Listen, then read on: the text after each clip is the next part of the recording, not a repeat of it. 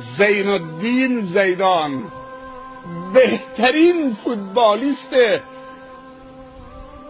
2002 تا 2006 معرفی شد، ولی یک حرکت زشتی آخرین لحظه انجام داد که کارت سرخ گرفت، از بازی فینال بیرون شد، فرانسه هم مغلوب شد و ایتالیا به ظاهر جام قهرمانی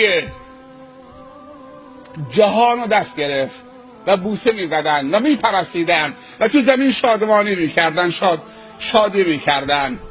زین الدین زیدان با یک کارت سرخ اخراج شد.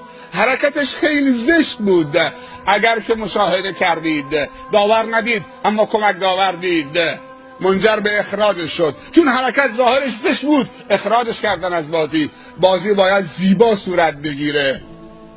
اما در مصاحبه‌ای که با زین الدین زیدان کردن که چرا تو با سر، تو که خیلی با ادب بودی، تو که وقتی گل میزدی دستت به بالا بلند میکردی خدایا، تو که از پول فوتبالی که در میآوردی صرف فقرا میکردی، تو که سبب اسلام چند تا از بازیکنان فرانسه شدید، چطوری بی‌طاقتی کردید؟ با سر زد تو سینه اون بازیکن ایتالیایی. اما مصاحبه‌ای که باش کردن میدونی علتش چی بود؟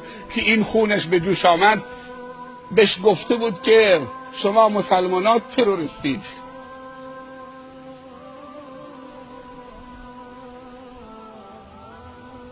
فوتبال رو فدا کرد، این کلمه غیرتش رو به جوش آورد. شما میدونید که در آخرین لحظه اینو از بازی فینال جام جهانی بیرون بکنند، اگر در کشور ما بود چی میشد؟ اگر در یک کشور اسلامی بود چه دادگاهی براش تشکیل میدادن؟ یک مملکتی رو چه به هم زده، آبروی یک مملکتی رو بازی کرده، هم قضاوت کرده خیلی کار زشتی کرده. اما امروز زمزمش در دنیا پیچید که اینو به جان و دل خرید، گفته به من توهین کرد، به اسلام من و دین من توهین کرد، به آبروی کل مسلمانا. اون بازیکن ایتالیایی میگه برگشته به من گفته شما مسلمانا تروریستی تو بازی. من اول میخواستم ول کنم، اگر شخصی بود میزد لگد تو پامو منو به زمین میزد، مشکلی نبود. اهانت به دین من کرد. جوانای ما تو یک کشور اسلامی، اون تو قلب اروپا،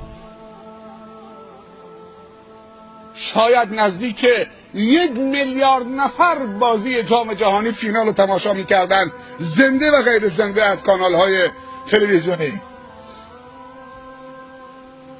ولی برگشت سرش رو زد تو سینه‌اش، از زمین با افتخار آمد بیرون.